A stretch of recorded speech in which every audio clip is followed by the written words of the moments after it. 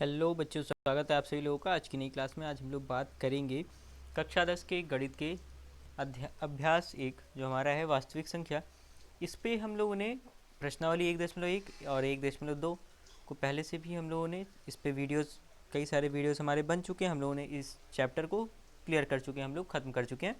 अब हम लोग अगले चैप्टर पे चलते हैं, या कहते हैं अगले प्रश्नावली पे, जो हमारी 1.3 है, 1.3।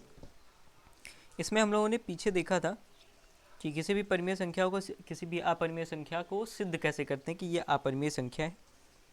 इसका हम लोग एक एग्जाम्पल, एक उत्पत्ति देखते हैं जिसमें √2 को अपरिमेय संख्या के रूप में सिद्ध करना है। तो जब हम लोग किसी भी नंबर को, जब किसी भी मान को हम लोग सिद्ध करते हैं तो उसका हम लोग क्या करते हैं, अपोजिट, उसका उल्टा हम लोग कुछ मान के चलते हैं। जैसे यहाँ पे हम लोगों को √2 को हम लोग परिमेय संख्या मानेंगे।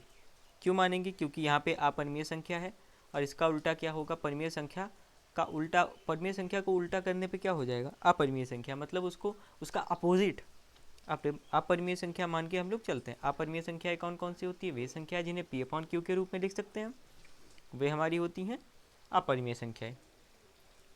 लिख दो भैया P/Q। ठीक, अब क्या करेंगे, इसको हम लोग सॉल्व करेंगे। ये हो जाएगा हमारा P बराबर Q गुणे √2, √2 गुणे Q है हमारा। ठीक है, अब हम लोग क्या करेंगे, इसका वर्ग कर देंगे, दोनों पक्षों का वर्ग करने पर। ठीक, वर्ग कर दो। अब दोनों का अगर हम लोग वर्ग करेंगे तो हमारा क्या हो जाएगा, वर्ग करने पे हमें मिल जाएगा P² बराबर Q², और √2 का वर्ग करने पर गुणे 2।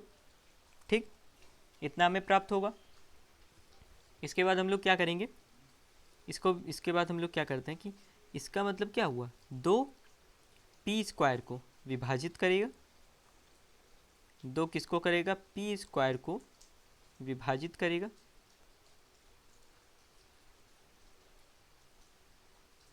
विभाजित करेगा। अगर 2P² को विभाजित करेगा तो हमने पिछले प्रश्न में देखा था कि 2P को भी विभाजित करेगा। अगर 2P² को विभाजित कर रहा है, इसका मतलब 2P को भी विभाजित करेगा। ठीक, अगर आपको नहीं समझ में आ रहा, पिछला वीडियो जाके देख सकते हैं कि ऐसा क्यों हो रहा है।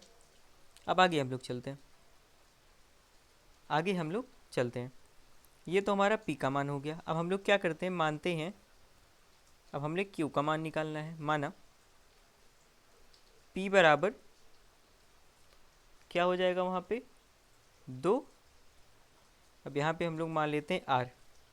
अब इसका हम लोग वर्ग, अब ये यहाँ पे 2R या 2R आया कैसे, तो भैया ये ऐसे आ गया कि अभी हम लोगों ने देखा था ना, P बराबर Q²,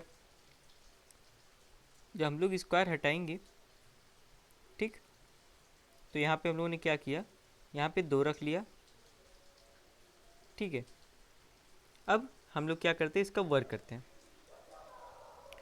इसका हो जाएगा P² बराबर 4R²।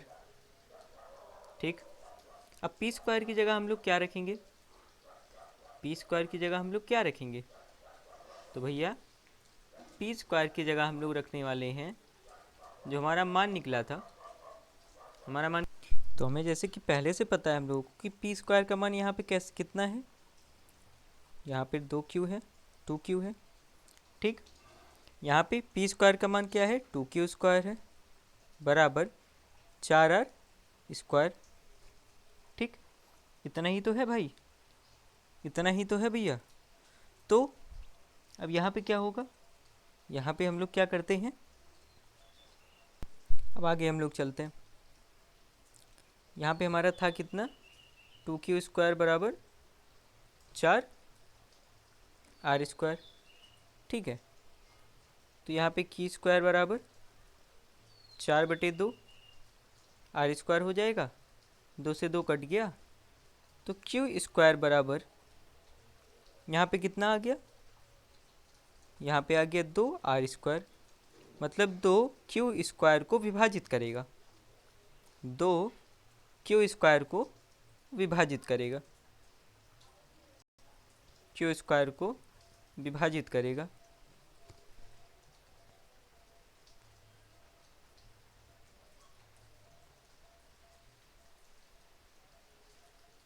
ठीक है भैया। अगर तो हम लोग को जैसा कि पता है कि कोई भी परिमेय संख्या अगर a को विभाजित करने वाली संख्या बटे b को विभाजित करने वाली संख्या, मतलब p को विभाजित करने वाली संख्या बटे q को विभाजित करने वाली संख्या समान नहीं हो सकती।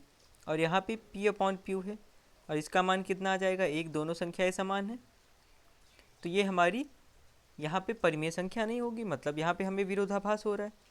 तो इसका मतलब क्या है, इसका मतलब यह सिद्ध होता है कि दैट मीन्स यह सिद्ध होता है कि √2 is not equal to p/q, मतलब √2 क्या है, एक अपरिमेय संख्या है।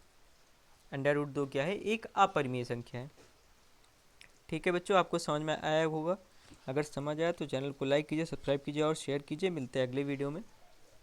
वीडियोज़ मैं छोटे छोटे बना रहा हूँ, 2-3 वीडियोज़ आपको एक साथ हो सकता है मिल जाए। चलिए मिलते हैं अगले वीडियो में।